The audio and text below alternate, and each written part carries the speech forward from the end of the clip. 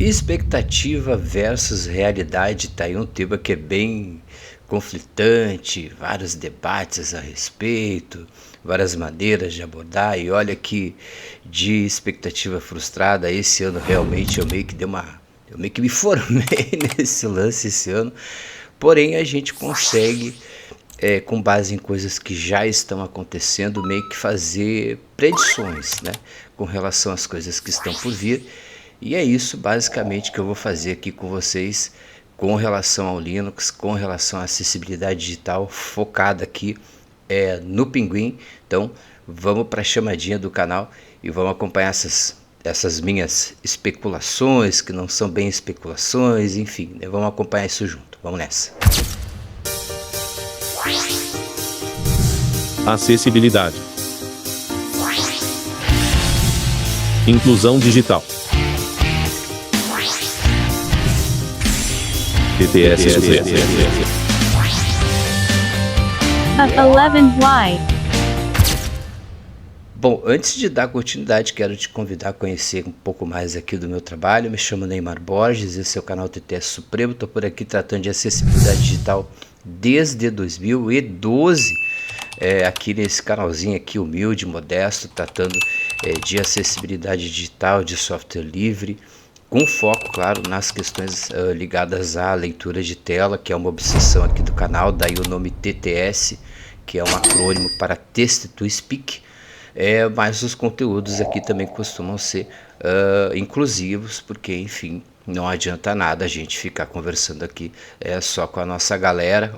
Aliás, isso já resolve pra caramba, no meu caso já ajuda pra caramba, mas é interessante a gente levar isso também para um grupo cada vez maior de pessoas, até para que a gente consiga fazer com que esse ideal de inclusão, né, esse ideal de acessibilidade, ele tome conta aí da internet, assim como a gente gostaria que isso tomasse conta também das calçadas por onde a gente anda, das ruas por onde a gente anda, enfim, das cidades onde a gente vive, né?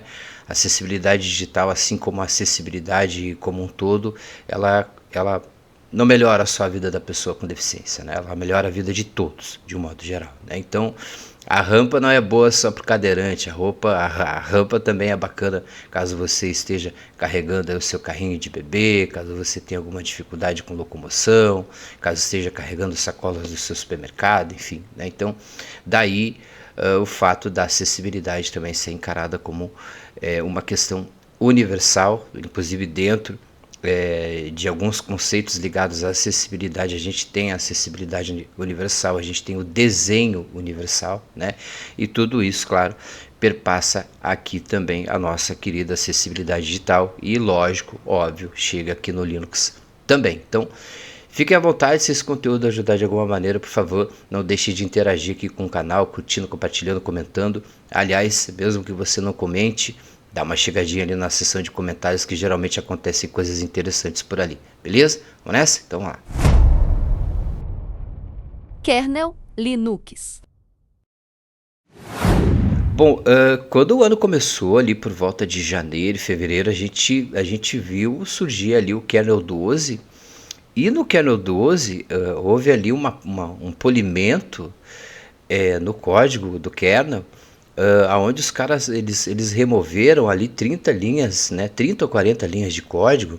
Isso acabou meio que se traduzindo numa eficiência energética de 30%, né? Então, eu queria começar o vídeo de hoje tratando disso, porque a gente está vendo aí, inclusive, os grandes barões aí das Big Techs cada vez mais exigindo mais e mais grana dos governos, inclusive até do governo brasileiro, né? Mas enfim, vocês estão acompanhando aí, né? Inclusive essa questão relacionada à bolha, que é um dos itens que a gente vai acompanhar agora em 2026, né? Então, tem vários segmentos ideológicos que estão cantando a mesma música, que estão na mesma batida, todo mundo atento, olhando para esse horizonte, né? E vocês vejam que com algumas otimizações ali no software, né, mais especificamente no kernel, você já teve um ganho de desempenho energético que é simplesmente fabuloso, né? Você imagina você expandir isso, né, para toda essa gama, né, de servidores, de ilhas de servidores, de realmente cidades de servidores que hoje estão sendo necessárias para dar vazão àquela fotinho que você gera ali na IA, né? Então, tem estudos aí que dizem que, sei lá, cada consulta é uma garrafinha d'água que a gente está, né? Enfim, uma garrafinha de água potável que a gente está mandando ali, literalmente, para o espaço, né? Então, eu acho que a utilização de hardware, Software. ela é fundamental e quando a gente vê essas gigantes exigindo cada vez mais e mais poder computacional, muitas vezes para, sei lá, fazer tarefas básicas, né? A gente está vendo agora o caso do Windows, né? Então, enfim, né? O final do suporte do Windows ele chamou a atenção também nesse aspecto, né? E levanta esse debate, né? Tipo, sei lá, o cara só quer jogar um joguinho, né? E aí tem toda essa questão dispendiosa, que inclusive a Microsoft está tentando oferecer boas respostas nesse sentido, não vamos dizer que não também, né? Mas realmente a otimização de hardware ela faz toda a diferença. A gente já viu gigantes via atualizações, né, mandando atualizações ali para o usuário de maneira a fazer com que aquele dispositivo consumisse mais bateria também, tudo isso com essa sanha de vender mais e mais, né? Então vocês vejam que grande lição o kernel deu para nós já no comecinho de 2025, né? Agora já em janeiro a gente já tem mais uma nova versão do kernel, eu acho que é o kernel 6.19 que está para sair agora, qualquer coisa me corrijam aí na seção de comentários, mas é muito importante que a gente acompanhe isso, porque o acompanhamento do kernel não está ligado somente ao Linux, mas está ligado, quer dizer, estando ligado somente ao Linux, já está ligado em praticamente a boa parte, né, quase toda a infraestrutura de IA, né? Claro que a gente sabe que na Microsoft também tem ali a sua fatia considerável de mercado, mas o Linux ele está presente massivamente nisso, né? Então é legal acompanhar esse tipo de coisa através do kernel. Legal? Orca. Muito bem, então chegamos aqui no Orca e aí o Orca a gente vai ter aqui um momento histórico para o Orca em 2026, tá? Porque o Orca ele vai chegar na versão 50, legal? Inclusive a versão do Orca está atrelada ali à versão do Gnome, né? Então o Gnome também chega agora historicamente na versão 50 em 2026. E o Orca, que durante muitos anos esteve lá sob os cuidados dos escritórios da Sun Technology, né? Ele de alguns anos para cá, ele está realmente sob os cuidados do projeto Gnome, né? Então, o projeto Gnome recebeu um aporte financeiro, como eu já comentei aqui no canal em 2023, um aporte financeiro bem considerável para lidar com acessibilidade. E desde então a gente tem visto ali muitas adições do projeto, muitas preocupações do projeto. A acessibilidade inclusive aparece pra caramba agora nos textos, inclusive no site oficial do Gnome, que inclusive foi renovado aí há um tempo atrás. E o Orca, as expectativas que a gente tem para o Orca, eu particularmente, né, são expectativas que eu nutro no Orca, através inclusive de conversas que a gente acompanha na lista internacional do leitor. Elas versam basicamente em torno de você conseguir corrigir a questão do apontar e falar do Orca, que é um probleminha que ainda está rolando e que está relacionado ali mais especificamente ao Island. Daqui a pouco eu toco nele também, né? E também tem se falado muito nas questões ali, na possibilidade de que o Orca ele venha a ter também extensões, tá? Isso aí esse é o papo que está rolando assim na lista, né? O Orca ele faz nativamente coisas muito interessantes sem a necessidade de extensões, tá? Eu vou dar um exemplo para você que é usuário do NVDA. Tem uma extensão do NVDA que eu acho muito interessante, que é a instalação que é a extensão que a gente instala para que ele fale ali o copiado, colado, recortado, né? Enfim, né? Isso o Orca ele já faz nativamente, né? Então, ainda assim, isso não significa que não seria interessante a gente ter extensões no Orca, a despeito do que a gente já vê, inclusive no próprio Gnome, né? O Gnome também tem extensões que dão um plus ainda maior, dão mais funções ainda para o Gnome, né? Assim como a gente vê nos navegadores, a gente já está acostumado a ver isso também nos navegadores, e é claro, como usuário de NVDA, você deve estar bem familiarizado também com os addons do NVDA, que nada mais são que extensões. Então existe essa possibilidade, isso está sendo ventilado. É um papo que está enfrentando algumas dificuldades, e aí talvez fosse o caso de mais gente do nosso time procurar ficar um pouco mais a par disso, até para, se porventura puder também contribuir com código, né? Isso é fundamental. O que me leva a uma outra possibilidade que foi falada aí recentemente na lista internacional do Orca, que é a aparição de vários sistemas operacionais ali baseados em Linux para mobile, né, para smartphones, né? Então é muito comum a gente ver algumas agências ali governamentais, agências de inteligência usar esse tipo de dispositivo, né? E o Orca, infelizmente, ele ainda não tem suporte para telas touch, né? Ele não tem essa possibilidade ainda, né? Então deveria haver aí também um envolvimento maior nosso ou da galera que simpatiza aí com o nosso meio, para ajudar também, para contribuir também com código nesse sentido, né? Lembrando que boa parte desses gestos que a gente faz nas nossas telas touch nada mais são do que port, né? Nada mais são do que adaptações para navegação via teclado, né? Então, quando a gente tem ali um software que tem uma boa navegação via teclado implementada, forçosamente esse software, no momento em que a gente for lidar com ele ali, com o toque da tela, ele também vai ter uma boa resposta, né? Nesse sentido, a gente pode inclusive fazer testes usando o próprio narrador e o próprio NVDA nos seus suportes a gestos, né? Que existem ali no Windows, para fazer também, inferir também essa testagem de acessibilidade que é importante a gente ter, né? Então, essas são as expectativas para 2026. A gente não sabe como é que isso vai ficar, mas veja que a gente já tem aí dois pontos interessantes, né? A gente já tem kernel e a gente já tem essas questões levantadas aqui por mim com relação ao Orca, né?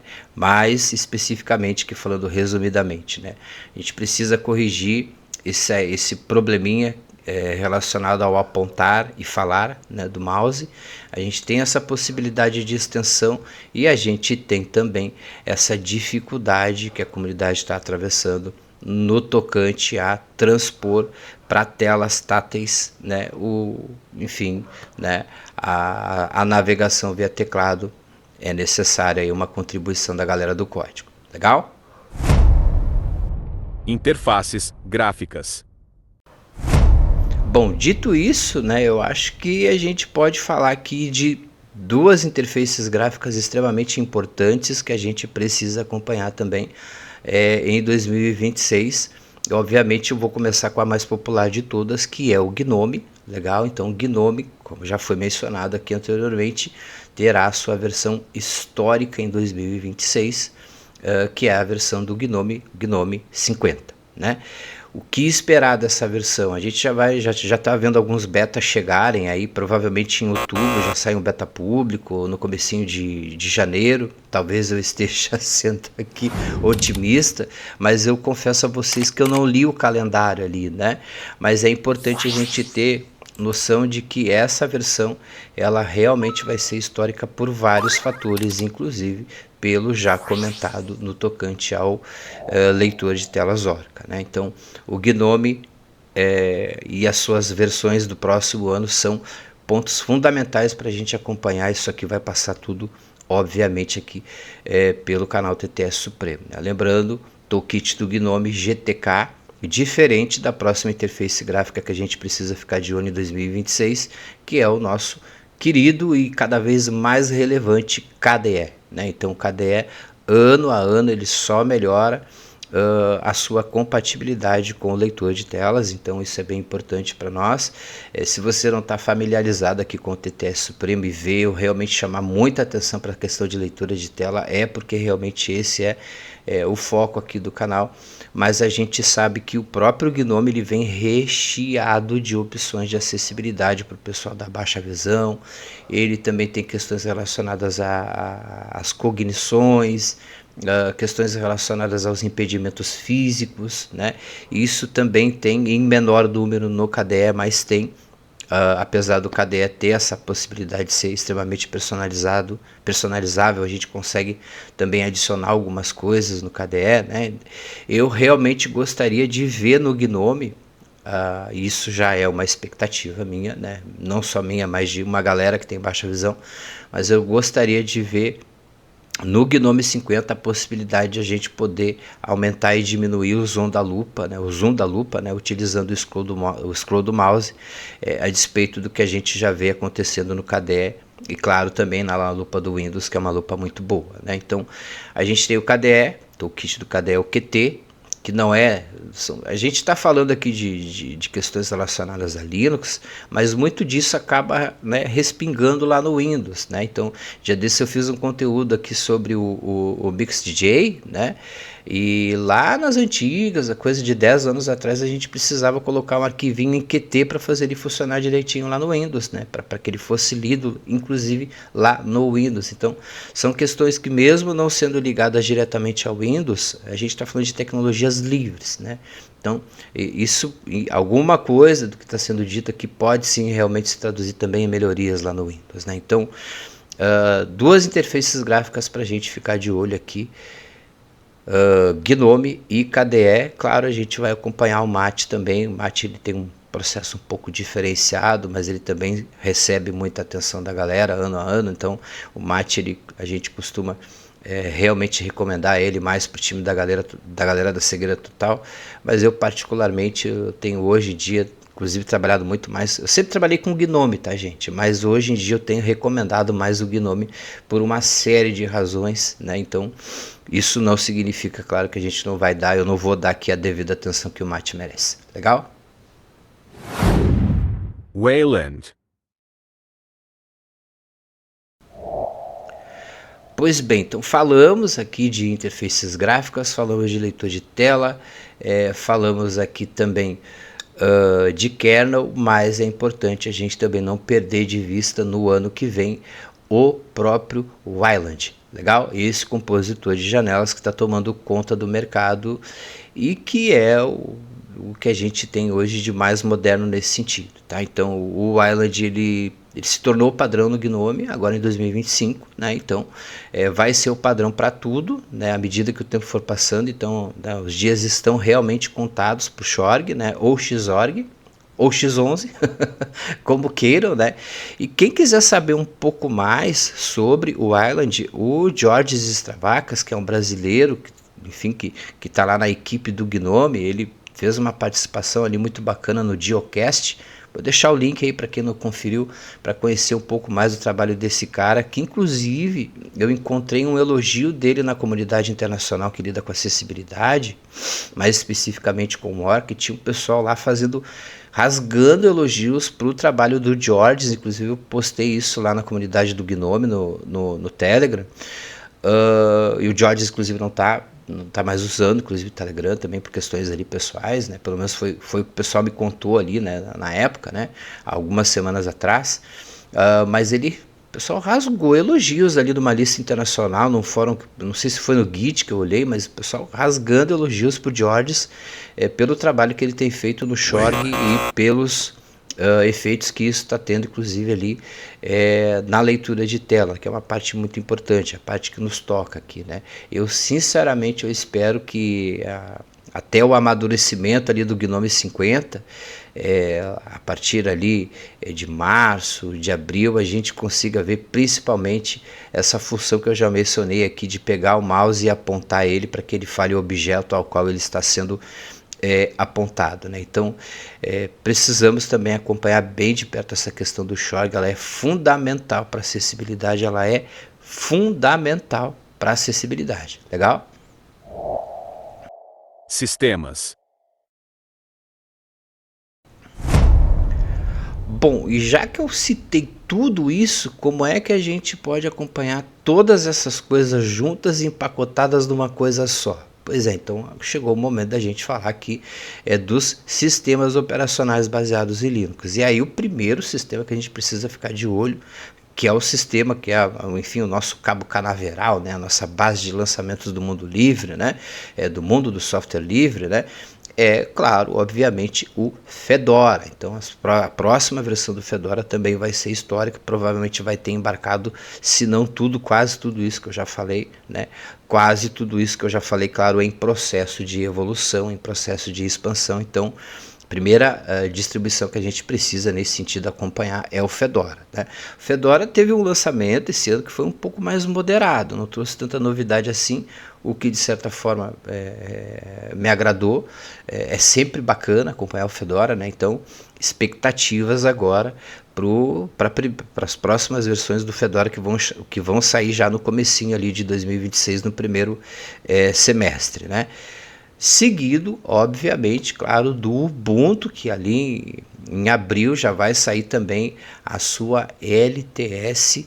Também é um momento histórico, a gente vai ter ali o Ubuntu chegando com uma versão de longo suporte, com o GNOME 40, 40, com kernel atualizado. Vai ser um grande momento ali, tudo isso, veja, no primeiro semestre, tá, gente? Primeiro semestre, tudo isso vai rolar no primeiro semestre. Então, a gente vai ter uma versão histórica do Ubuntu, né? Então, a gente precisa acompanhar isso. Mas lá na frente, a gente vai ter, claro, Debian, que, enfim, é uma das minhas paixões. Então, né?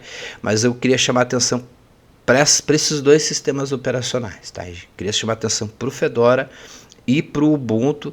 Esse vai ser um belo termômetro para a gente acompanhar tudo que demais vai rolar a partir de 2026. Vão ser, para mim, são os dois grandes lançamentos do começo do ano, né?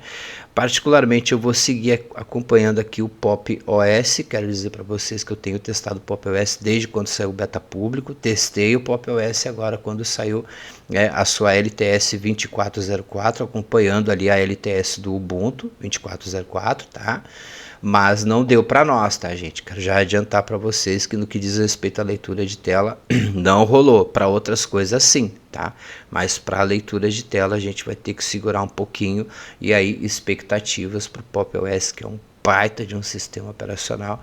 Mas no que diz respeito à leitura de tela, essas expectativas agora foram jogadas lá para 2026, legal? Quero citar aqui também um outro sistema operacional desenvolvido aqui no Brasil que nós gostamos muito aqui no Brasil, inclusive pelo carinho que eles têm com a gente, tá? Pelo carinho que eles têm com a acessibilidade, pela seriedade que eles tratam a acessibilidade, que é obviamente o Big Linux, né? O Big Linux, que na sua versão padrão traz o KDE, né? Como mencionado aqui, é importante a gente ficar de olho nele, mas na versão Community traz o GNOME, né? Então, inclusive essa semana saiu ali o GNOME 49, né? Então já estou usando no trabalho o GNOME 49 com o Orca 49 ali no Big Linux, né? Community, né? Com o GNOME instalado bonitinho, né? Tá bem bacana de utilizar. Temos algumas pontuações a fazer ali com relação ao GNOME, mas isso é para outro vídeo. De toda maneira, são esses os sistemas principais que eu particularmente coloquei no meu radar para acompanhar no que diz respeito à acessibilidade em 2025. E é isso, né, gente? Espero que vocês tenham curtido esse pequeno apanhado, esse pequeno bate-papo aqui que eu trouxe para o canal no dia de hoje, né? Esse vídeo era para ter ido ao ar no domingo, estou postando aqui na segunda-feira, mas coloquem aí nos comentários quais são as expectativas que vocês têm com relação ao próprio Linux agora no ano de 2026, o que vocês esperam, o que vocês gostariam que acontecesse no universo aqui do Pinguim, que daqui a pouco a gente faz um vídeo aqui também comentando sobre isso, trocando essa ideia legal, trocando essa experiência bacana que eu sempre acabo trocando aqui com vocês. A sessão de comentários, ela me enriquece muito e orienta pra caramba as coisas que eu vou acabar trazendo aqui no futuro pro canal. Beleza, gente? Espero que vocês tenham curtido o conteúdo de hoje. Obrigado por terem assistido, se não tudo, pelo menos um trechinho desse vídeo. Fiquem bem, até a próxima. Tchau, tchau.